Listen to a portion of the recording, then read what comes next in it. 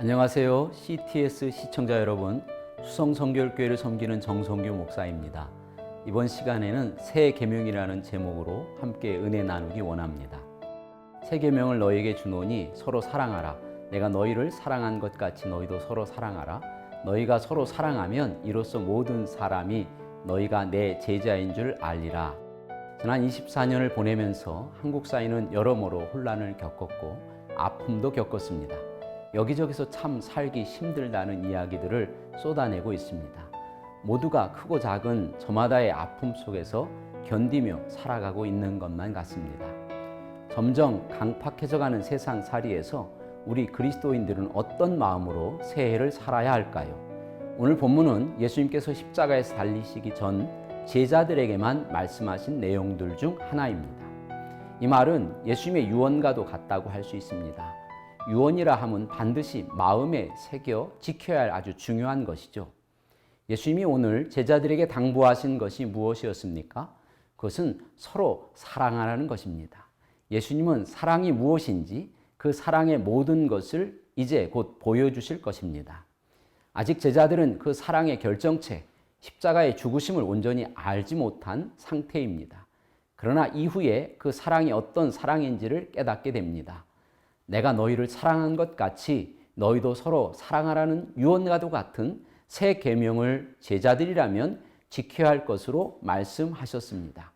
먼저 생각해야 할 것이 내가 너희를 사랑한 것 같이라는 말씀입니다. 예수님이 제자들을 사랑한 것은 어떤 사랑이었습니까? 조건 없는 사랑입니다. 무조건적인 사랑이 쉽지 않다는 것 우리는 이미 살면서 많이 경험했습니다. 그런데 어떻게 그런 사랑을 우리가 할 수 있겠습니까? 예수님이시기 때문에 가능한 것이지요? 맞습니다. 그런데 왜 예수님은 제자들을 그리고 우리들을 잘 아시면서 그런 어려운 계명을 주셨을까요? 그런데 놀라운 것은 그 자리에 있던 제자들이 이 계명을 지켰습니다. 그들은 죽음을 각오하고 그 사랑을 지키고자 힘썼으며 실제로 제자들은 순교의 길을 걸었습니다.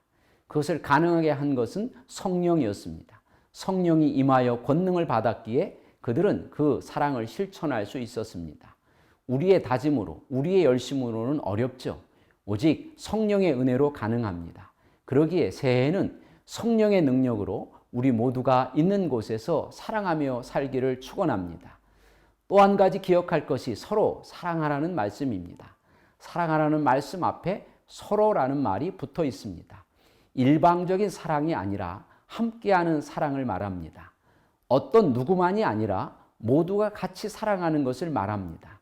사랑을 받는 것도 좋지만 그보다 주는 것이 복됨을 말합니다. 서로 사랑하는 말씀 안에는 희생과 솔선수범이 내재되어 있습니다. 살아가는 공동체 안에서의 각 개인의 역할을 말씀해 주신 것으로 이해됩니다. 아프리카에서 초식동물들이 풀을 찾아 강을 건너야 할 때 모두들 주저한다고 합니다. 왜냐하면 거기에는 악어나 맹수들이 포진하고 기다리고 있기 때문입니다. 그래서 그 어느 것도 먼저 나서려 하지 않습니다. 그때 죽음을 무릅쓰고 먼저 뛰어드는 개체가 있습니다. 그것을 본 무리들이 점차 따라서 그 무서운 강을 건넌다 합니다.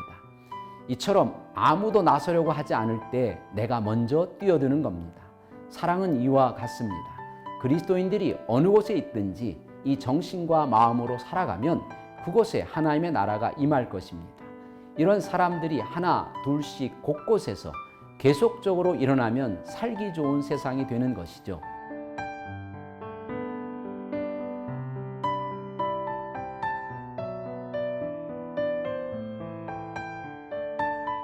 새 계명인 서로 사랑하라 함은 지속적으로 주님 다시 오실 때까지 우리가 살아있는 동안에 사랑의 삶을 살기를 바랍니다. 서로 사랑함으로 주님의 제자임을 증명하시고 하나님의 살아계심과 예수 그리스도를 증거하는 증인들 되시길 축복합니다.